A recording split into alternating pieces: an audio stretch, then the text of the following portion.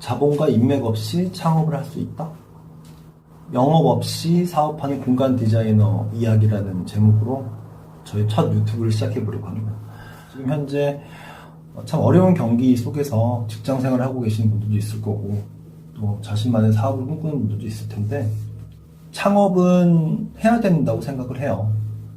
왜냐면 실패를 하더라도 좋은 공부가 될 수 있고, 또 다른 성공을 할 수 있는 기회이기 때문에 자신을 브랜드화하는, 자신을 브랜딩할 수 있는 능력이 있으면 얼마든지 창업을 할 수 있는 시대라고 생각을 합니다. 어떤 분야건 창업을 하려면 초기 투자금이 분명히 필요하고, 그리고 당연히 다양한 인맥도 있어야 하는데요. 하지만 저는 현재 초기 투자금 없이 시작해서 사람을 만나는 영업행위 없이 사업체를 운영하고 있습니다. 건축과 인테리어업에 20년째 하고 있는데요. 저도 계속 성공만 한 건 아니고요. 정말 쓰디쓴 실패를 2번 맛보기도 했습니다. 7년 전 가을이었어요. 그때 다시 창업을 하려고 마음을 먹었었고, 왜 나는 이렇게 실패를 경험하게 된 걸까?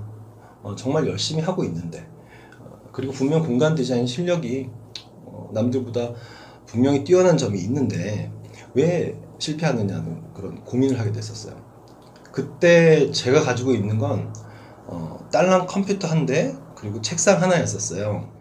그렇게 그때부터 시작해서 지금까지 한 해 한 해 매출이 20%, 30% 이상 상승하고 있고요. 현재에도 한 달 기준 4건에서 5건 프로젝트를 계속 계약하고 수주하고 진행하고 있습니다. 이렇게 되기까지 달려온 저의 과정을 이야기하면 한 5가지 정도의 핵심 문장으로 축약할 수가 있는데요. 첫 번째는 하나만 집중하고 나머지는 모두 버려라입니다. 두 번째, 키워드를 정해서 독점하라. 세 번째는 사람을 만나는 영업을 하지 말아라. 네 번째는 윤을 추구하는 아이템과 샘플이 되는 아이템을 구별하라. 다섯 번째, 대표 아이템을 미끼 상품으로 진화시켜라입니다. 첫 번째 얘기부터 해볼까요? 제가 그때 7년 전에 창업을 꿈꾸고 다시 시작하겠다고 마음을 먹고 정말 딱 하나 남은 컴퓨터 앞에서 앉아서 검색을 하기 시작했어요.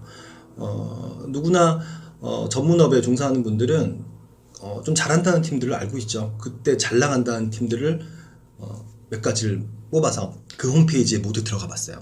그리고 자세히 살펴보다 보니 이러한 점이 눈에 띄더라고요.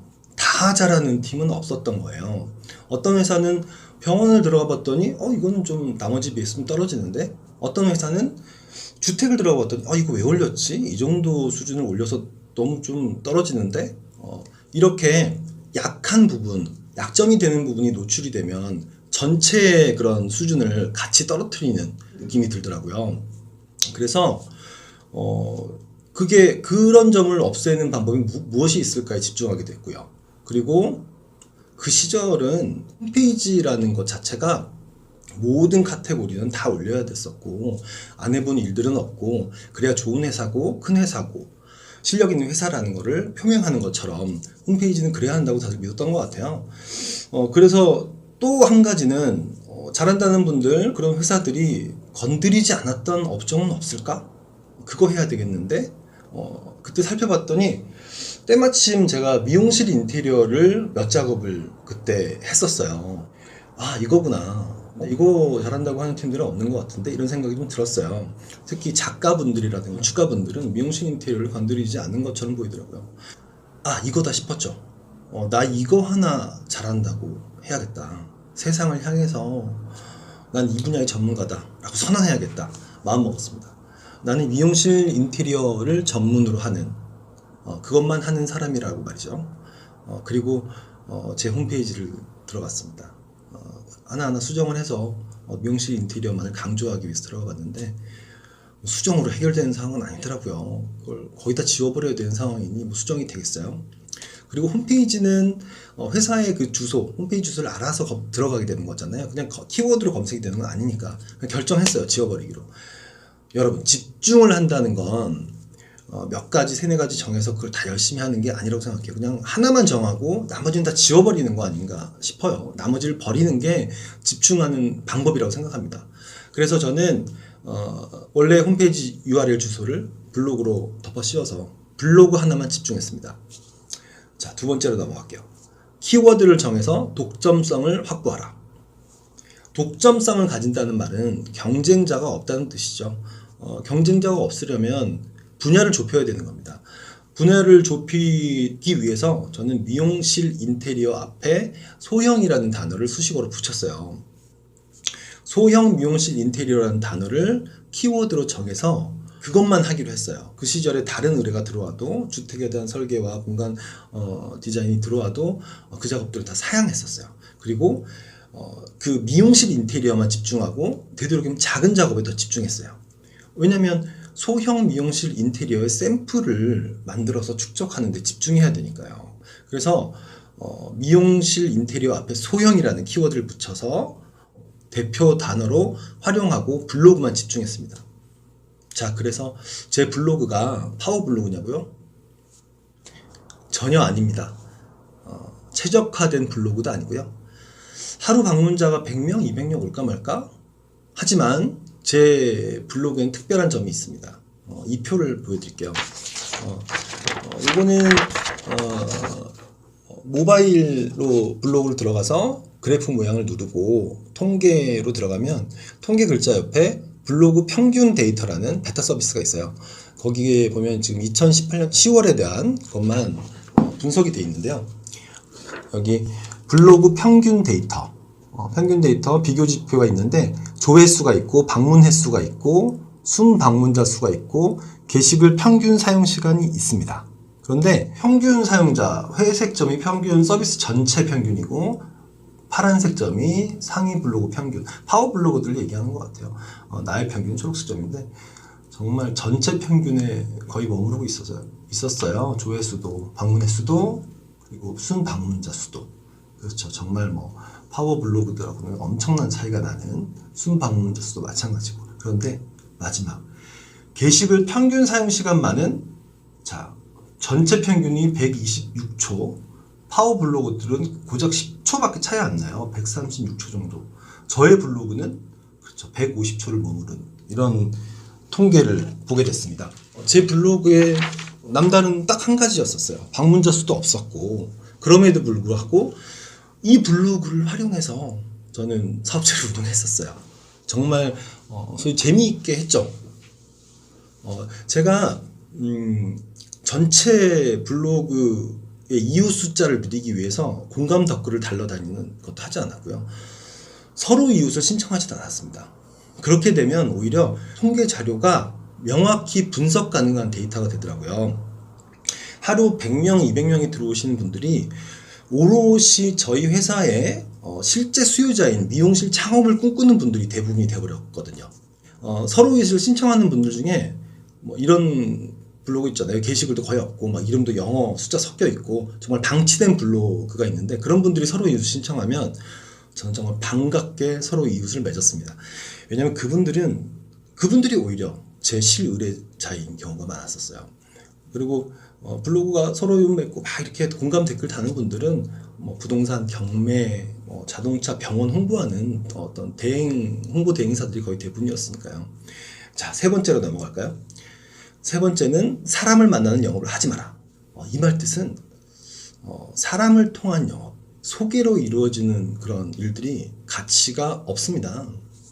소개라는 것의 대부분은 소개비라는 명목으로 소개자에게 보상을 하게 되는 경우가 대부분이죠. 그래서 부동산 중개업을 예를 들면 입주자분이 부동산을 통해서 입주를 하게 되고 그리고 또 물어보죠. 혹시 리모델링을 하려고 하는데 좋은 팀 소개시켜 주실 수 있을까요? 하면 보통 그렇게 연결되는 분들은 통상적으로 5% 정도를 인테리어 팀이 부동산 중개 업체 쪽으로 나가게 돼요. 모든 분들이 그런 건 아니지만 오히려 부동산 중개 피와 그리고 인테리어를 소개해준 대가로 소위 더블의 수익을 얻게 되는, 그래서 되게 적극적으로 그 부동산 팀들이 인테리어 팀들을 소개해주고 이렇게 연결해주려고 하는 모습들을 보시게 될 수도 있어요.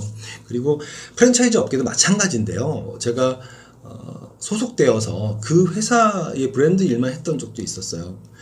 공사 대금을 클라이언트로부터 받아서 회사 쪽에 브랜드 쪽에서 설계비다, 감리비다 이런 명목으로 또 5% 정도를 지불하게 만드는 구조가 거의 대부분이에요. 이게 업계의 룰처럼 되어 있고요. 저가 브랜드들, 대형샵들, 박리담의 그런 저가 프랜차이즈 브랜드의 경우는 더 많은 요구를 합니다. 뭐 평당 150 정도면 퀄리티 있는 작업을 할 수 있는 비용은 아니에요. 거기서 평당 20만 원을 달라 하는 어느 업체를 봤어요. 그러면 150에서 20을 빼면 130 가지고 작업을 해야 되는데 말도 안 되는 얘기죠. 의뢰인이 지불한 자금 단돈 10만 원이든 모조리 그 공사비로 지출되어야 된다고 생각합니다. 인테리어 디자인의 퀄리티를 높이는 것에 집중해도 모자랄 판에 돈이 새어나간다는 건 말이 안 된다고 생각합니다. 그래서 저는 그때 미용실 프랜차이즈 브랜드와의 관계도 모조리 끊어버렸어요. 브랜드는 안 한다 그랬죠. 그렇게 자이든 타이든 소형 미용실 인테리어만 더욱 집중하게 됐습니다. 자신만의 분야를 세분화해서 온라인상의 공간을 구축해 두면 분명 실수요자인 의뢰인분들이 찾아옵니다. 사람을 만나는 영업을 하기보다는 지금 프로젝트를 작품화하는 것에 몰두하는 것이 맞다고 생각합니다. 일을 소개시켜 달라는 명목으로 사람을 만나고 다니고 시간을 낭비하는 것보다 저는 오히려 디자인을 연구하고 하나의 프로젝트에 집중하는 것에 더 열정을 다했었어요. 그렇게 꾸준히 온라인상에 그리고 뭐 네이버 블로그라든가 SNS 상에다가 자신의 작업을 계속 올리는 거죠. 그리고 현재는 네이버 로직이 또 많이 바뀌었습니다. 그것에 적응하는 또 꼼수라든가 다른 플랫폼을 활용해서 병행하는 방법론 등은 그런 것들은 또 앞으로의 방송에서 자세히 마케팅과 퍼스널 브랜딩이라는 주제로 지속적으로 선보여 드릴 생각입니다. 자, 다음 단계 넘어갈게요. 네 번째, 이윤을 추구하는 작업과 샘플이 되는 작업을 구별하라. 뭐 큰 이윤을 만들면서 작품도 되는 프로젝트는 없더라고요. 한 달에 딱 하나의 작업만이라도 정해서 이윤이 제로가 되는 정도, 소위 저희끼리의 말로 뭐 똔똔이 되더라도 한 프로젝트는 작품화 시켰습니다.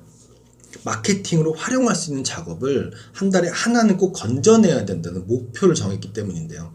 1년 정도 꾸준히 했더니 수준 높은 샘플들 10개 정도의 프로젝트는 내놓으라는 작업이 되었다고 생각해요. 그래서 그 아이템, 소형 미용실 인테리어가 저희 회사의 대표 상품이 되었습니다. 다섯 번째 단계는 현재 진행하고 있는 모습들인데요. 대표 아이템을 미끼 상품으로 진화시켜라 입니다. 이제부터는 고급화의 단계입니다. 대표 아이템을 미끼 상품으로 진화시킨다는 말은 무슨 뜻이냐면요. 현재는 소위 소형 미용실 인테리어로 돈을 벌지는 못하고 있습니다. 열심히 키워놓고 대표 아이템으로 이윤을 만들지 못한다니 그게 무슨 소리냐고요. 뭐랄까요, 그 김밥 창구의 김밥 같은 존재가 됐어요. 김밥이 1,000원 할 때 있었잖아요. 실제로 김밥 창구에서 김밥으로는 이윤이 없다고 그러더라고요. 떡볶이를 시키고 돈가스를 시키고 해서 그쪽으로 수익 구조를 만드는 것이지 김밥은 미끼 상품인 거죠. 저희도 마찬가지로 소형 미용실 인테리어를 이윤을 추구하는 일에서 제외시켰습니다. 이쯤 되었을 때 어떤 일이 일어났냐면요. 확장된 여러 가지 장르에서도 의뢰가 들어오게 되더라고요. 소형 미용실 하나를 잘했더니 중형, 대형 그런 샵에서도 의뢰가 또 들어왔었고, 또 네일샵, 피부관리나 이런 뷰티샵 쪽, 그리고 왁싱샵, 메이크업샵 이런 작업들을 하게 되는 거죠. 소형 미용실은 이윤 없이 하기로 정했으니까 더욱 작품성이 높은 퀄리티를 계속 만들어낼 수 있었고, 그렇게 고급화된 작은 공간들을 계속 만들어 왔더니 현재에는 1인 미용실 그리고 소형 고급 사롱으로 오픈하는 것이 트렌드가 되고 주류가 되어졌어요. 그리고 그 일을 선도하는 업체가 저희가 된 것 같아요. 실제로 저희가 10평대의 공간들을 평당 250만 원의 가치로 수주를 했다고 가정했을 때 저희가 이윤 포지션을 없애고 완성을 해내면 거의 300만 원의 퀄리티를 만들어냅니다. 그리고 저가 팀들은 150을 받아서 150짜리 그 가치 그대로 물건을 만들어낸다면, 그렇게 완성을 시켜버린다면 완성된 공간의 퀄리티는 저희가 두세 배가 일반적으로 퍼져 있는 다른 작업들에 비해서 두세 배가 높아지는 그런 형국이 되어버린 거죠. 이렇게 되면 저희는 더욱 경쟁력을 갖추게 되는 것이라고 생각을 합니다. 최근 7년 동안의 과정을 5가지 단계로 설명드렸는데요. 도움이 좀 되실지 모르겠네요. 저는 유튜브에 앞으로 지속적으로 집중해 보려고 해요. 그래서 제가 직접 경험했던 일들, 그리고 그 속에서 제가 조그맣게라도 깨달았던 그런 작은 이야기들을 하나하나 풀어놓는 그런 공간으로 이 유튜브 방송을 활용하려고 합니다. 오늘 말씀드린 창업에 관한 작은 이야기가 조금이라도 쓸만했다 싶으시면 좋아요 그리고 구독 부탁드리겠습니다. 오늘은 이만 줄이고요.